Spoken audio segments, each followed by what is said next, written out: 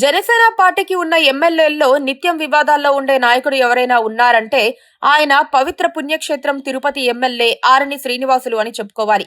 తన సుదీర్ఘ రాజకీయ జీవితంలో కేవలం రెండోసారి ఎమ్మెల్యేగా ఎన్నికైన ఆయన ఆ మాత్రం దానికే కావలసినంత సంపదను, అంతకంటే ఎక్కువగా వివాదాలను సంపాదించారు. తాజాగా విసుగెత్తిపోయిందో ఏమో ఇప్పుడు ఆయన రూటు మార్చి వచ్చే ఎన్నికల నాటికి రాజకీయ సన్యాసం చేయాలని అనుకుంటున్నారు. అటు జనసేనలో వస్తున్న అసంతృప్తి, ఇటు టీడీపీ వర్గాల నుంచి తలెత్తుతోన్న వ్యతిరేకతను ఆరణి శ్రీనివాసులు తట్టుకోలేకపోతున్నారని అంటున్నారు. అందుకే నింపాదిగా తప్పుకొని తన వారసులను రంగంలోకి దించాలని ఆరణి భావిస్తున్నారట. కాకపోతే వచ్చే ఎన్నికల్లో తిరుపతి సీటును జనసేనకు వదులుకోవడానికి వీల్లేదని, తామే పోటీ చేయాలని టీడీపీ శ్రేణులు పార్టీ అధిష్టానానికి వరుస అర్జీలు పంపుతున్నాయి. దాంతో కూటమిలో సంఘర్షణాత్మక వాతావరణం నెలకొందనే చెప్పాలి.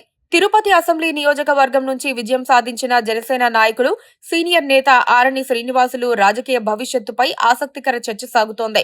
వచ్చే ఎన్నికల్లో ఆయన పోటీ నుంచి తప్పుకుంటున్నారన్న చర్చ జనసేన వర్గాల్లో జోరుగా సాగుతోంది.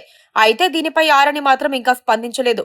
ప్రధానంగా 2 కారణాలతో ఆరణి తప్పుకుంటున్నట్లు జనసేన వర్గాలు చెబుతున్నాయి. గత ఏడాదిగా ఆరణి ఆరోగ్య సమస్యలు ఎదుర్కొంటున్నారు. ఆయన ఏదో ఆపరేషన్ కూడా చేయించుకున్నట్టు కొన్నాళ్లు ప్రచారం జరిగింది. పార్టీకి కూడా 6 మాసాల వరకు ఆయన దూరంగా ఉన్నారు. ఈ నేపథ్యంలోనే పార్టీ బాధ్యతలను, నియోజకవర్గంలో కార్యకలాపాలను అన్న కుమారులకు అప్పగించారనే ప్రచారం జరిగింది. ఈ పరిణామాలతోనే వచ్చే ఎన్నికల్లో ఆరణి పోటీ నుంచి తప్పుకుంటున్నారని చెబుతున్నారు. అయితే ఇప్పుడు ఆరోగ్యం బాగానే ఉందని కూడా అంటున్నారు. పార్టీలో సఖ్యత పెద్దగా లేకపోవటం కూడా ఆరణికి ఇబ్బందిగా మారిందని చెబుతున్నారు. ఆయన వ్యవహార శైలిని జనసేన నాయకులు కొందరు వ్యతిరేకిస్తున్నారని, స్థానికంగా అందుబాటులో ఉండటం లేదని చెబుతున్నారని అంటున్నారు. అయితే అసలు వారే తనకు అందుబాటులో ఉండటం లేదన్న వాదన ఆరణి నుంచి వినిపిస్తోంది. 7 పదులు దాటిన ఆరణి తన 4 దశాబ్దాల రాజకీయ జీవితంలో అనేక పార్టీలు మారారు. 2019లో వైసీపీ నుంచి చిత్తూరులో గెలిచారు. బలిజ సామాజిక వర్గం ఓట్లు ఎక్కువగా ఉండటంతో గెలుపు సునాయాసమైంది. రెండోసారి వైసీపీ టికెట్ దక్కే అవకాశం లేదని తెలియటంతో 2024 ఎన్నికలకు సరిగ్గా 4 రోజుల ముందు పవన్ కళ్యాణ్ తో భేటీ అయ్యి తిరుపతి టికెట్ సాధించారు. నిజానికి తిరుపతి పట్టణం టీడీపీకి కంచుకోట అయినప్పటికీ కూటమిలో భాగంగా జనసేనకు కేటాయించడం ఆరణికి కలిసొచ్చింది. తిరుపతిలో ఆశావహులు, సీనియర్ల సంఖ్య ఎక్కువగా ఉండటంతో చంద్రబాబు తెలివిగా ఆ స్థానాన్ని జనసేనకు కేటాయించారు.